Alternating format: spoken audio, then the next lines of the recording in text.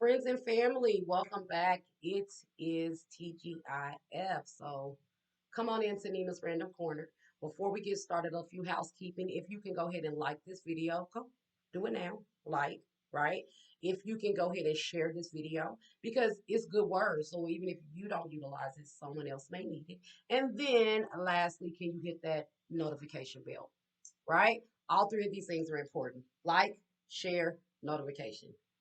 Now that we have the basics out the way, welcome back, welcome back, welcome back to Nina's Random Corner, where we like to drop nuggets and gems to put into your gem bucket so that you can easily navigate through the work week and the weekend and find your way on the right path of righteousness. Love it. So today is all about credit. Yes, Nina's talking about credit, but not the financial credit that you think I'm talking about. I want to challenge your mindset to think about other lines of credit. You focus on your financial credit because it helps open up the doorways to other things that your actual finances can't get you. In words, you get a credit card because your credit card you can swipe and then pay that off versus you don't have that in your bank account. So it's important to most to have a great line of credit, right? But there's something that I don't feel you check on that is equally important, which is your relationship credit. What's your credit score for your relationships? What is your credit score for love? What is your spiritual credit score? Hmm. So let me think. So if your financial credit opens up doors and gets you things that your actual pocketbook cannot. Let's reevaluate what your friendship credit can get you. Your friendship credit is definitely, they say sometimes it's not what you know, it's who you know. So if you go around just burning bridges and keeping your circle small, then your blessings, okay, and your opportunities that are in the deep are going to be as equally small because you don't have room to grant. So your friendship credit is important. Then we talk about spiritual credit. If you are not spiritually grounded, baby girl, baby boy, you're going to fall for anything, which makes you susceptible to the chaos and the monarch. What do they call it? What's that word? What's that word? Come on, y'all. Let me think about it. Monarchy? Monarchy. I think that's the word. Anarchy? Hmm.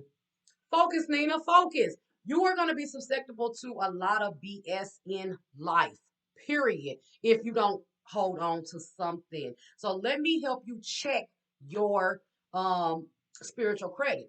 All right. First of all, let's know this that when you are in need of some type of financial advisement, you go find a person, a place, or a thing to help you guide you in the right place to correct that credit score, right? So how come it is when your friendship credit is low, when your spiritual credit is low, when your religion credit is low, when all those things have started to get into the red, where do you go and seek guidance?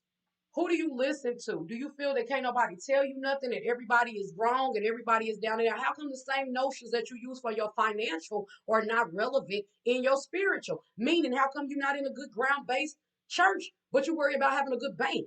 So you want to secure your financial, but you don't want to secure your soul. Make it make sense for me. Make it make sense.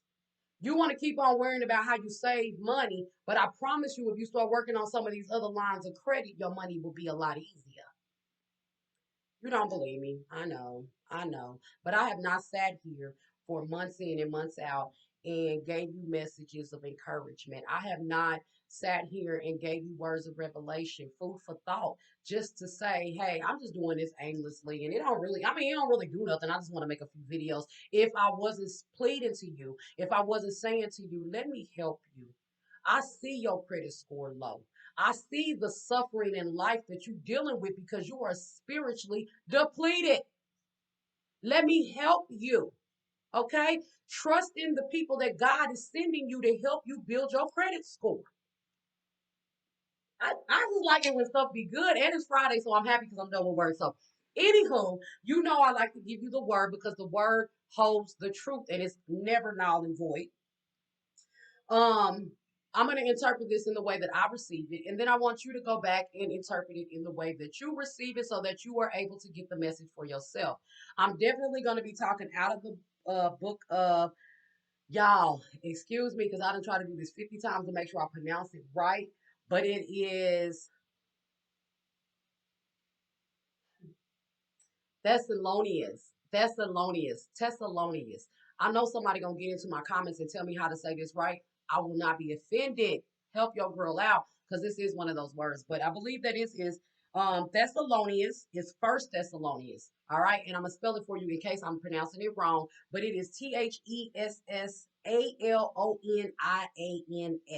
Thessalonians. All right.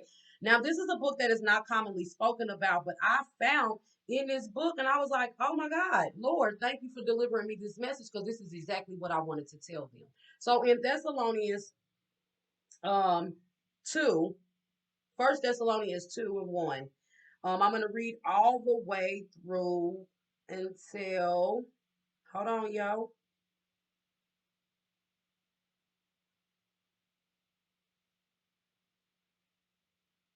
There it is. All right, I just had to make sure I have it right. So I'm gonna read First Thessalonians 2 through 10.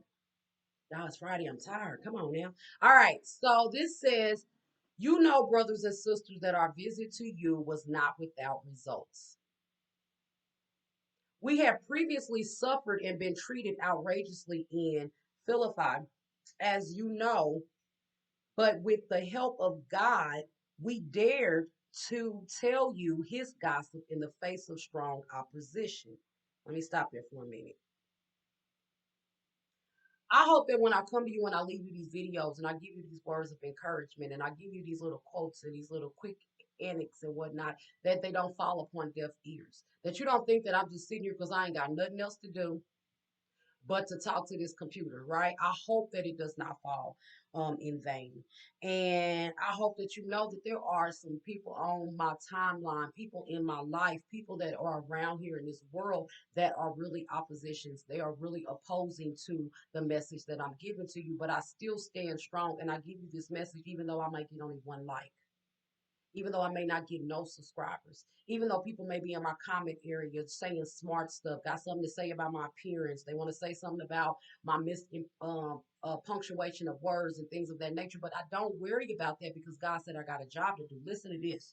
He said that for the appeal we make does not spring from error or impure motives, nor are we trying to trick you.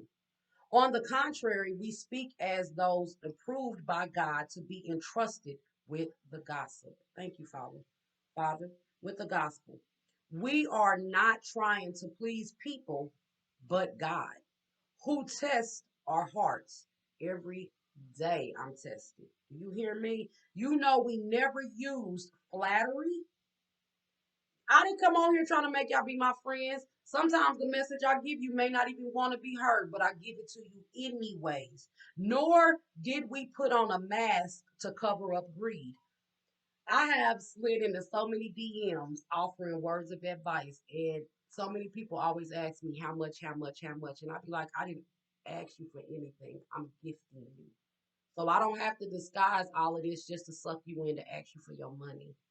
Okay? In fact, God is our witness. We are not looking for praise from people, not from you or anyone else. Even those as apostles of Christ, we could have asserted our authority. I know that God has authority over any and everything that I want. And instead of me trying to assert that authority, I come humbly in his name. All right. Instead, we were like young children among you.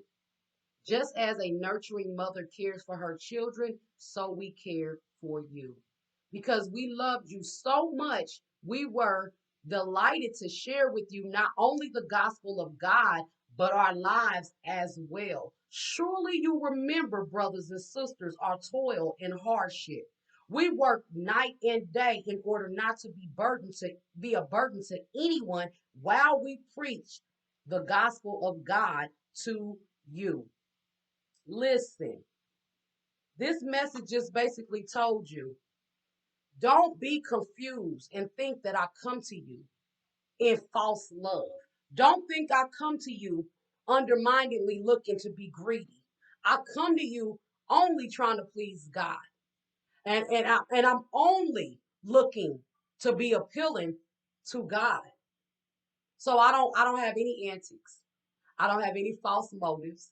I give you every message that I give you out of love and out of me basically wanting to please my Father in heaven. Because I do understand that there is so much going on in the world today, y'all. But I keep explaining to everybody the only way that we can change the world is by one individual act at a time. The only way we can get to that one individual act is if each individual person starts to update and change their mindset about how they deal and how they look at things.